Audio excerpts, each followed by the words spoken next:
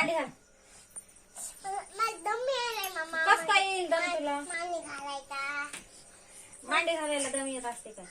A for apple. मांडी घालून बस. तिथं मांडी घालून खेळताना दम येत नाही का? A for apple. Apple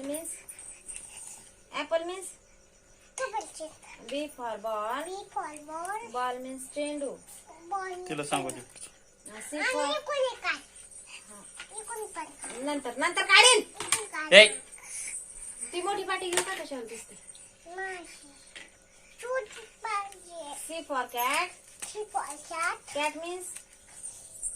Cat means D for dog. Dog means kutra. E for elephant. Elephant means